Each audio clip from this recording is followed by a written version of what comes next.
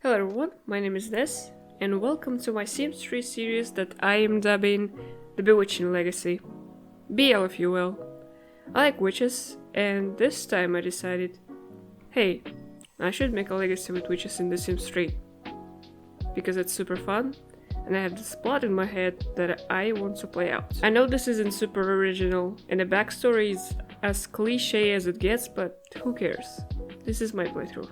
But first, I want to be clear about the rules, or more like lack of thereof. This isn't a challenge. Witch legacy challenges surely exist out there, but this isn't one of them. I just have an idea for a playthrough, so I'm playing. In the description you will find links to mods that I'm using for the series, but I have to give a shout out to Puddingface for the Enhanced Witches mod, which is the foundation for this legacy. And also shout out to Not Malcolm for the performance and visual guide video.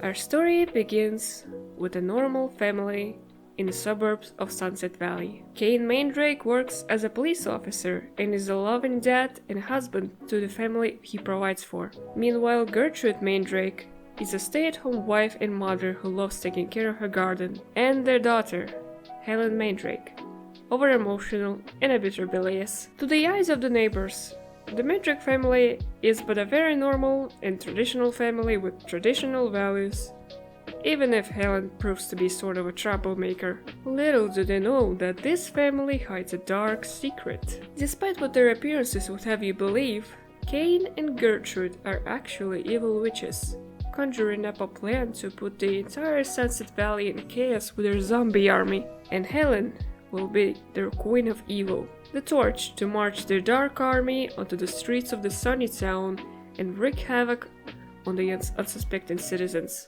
and they are quite determined to achieve their goal. While Kane is learning spells and abusing his powers as a police officer to find new victims, Gertrude is hard at work brewing as many zombification potions as she can, and Helen? She's not sure if that's what she wants. Ever since she was little, she knew that was her destiny. But now, as a teenager, she's realizing that maybe commanding her own army of zombies isn't what she's willing to put her heart in anymore. So she acts out. She goes to festivals while these curious fellows wearing identical looking suits are watching over her like she's Evacora Lane or some shit.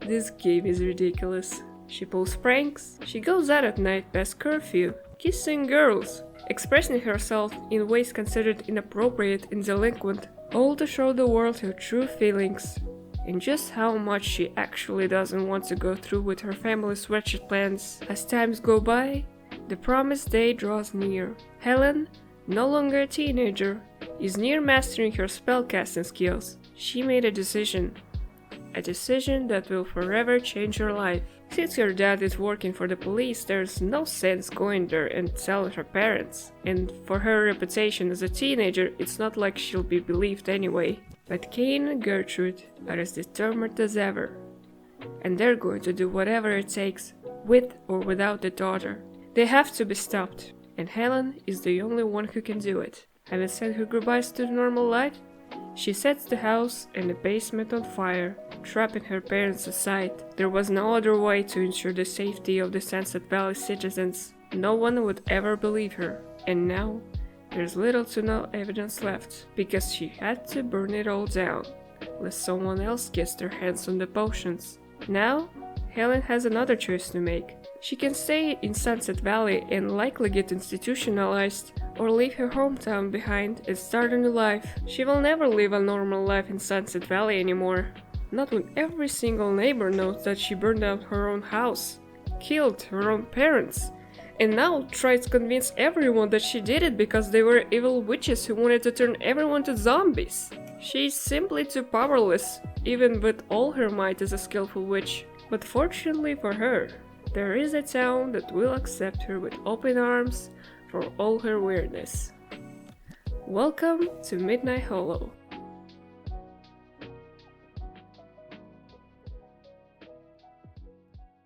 Just to clarify, the actual lighting in this town is a bit too dark for my liking, So I did install a lighting mod specifically made for Midnight Hall, link will be in the description, and I have gone ahead and made a starter house, in which Helen will live. But it won't be our primary residence in the future, as I am planning to build this huge mansion for the family. Alright, so this treehouse.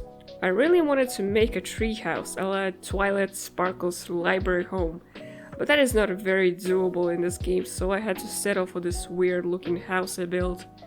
But hey, we're living next to a literal Barbie doll, so it just doesn't get any better than that. Helen also realized that she wishes to become a firefighter. Quite ironic, I know. But who knows? Maybe deep down she truly regrets doing what she did. Or maybe she wishes there was a way for her to save her parents from the fire that she caused, even though doing so would have only delayed the inevitable. Either way, she just wants to use her magic for good and keep the fires in check with her ice blast. Aside from that, she also meets a nice lady and they immediately click.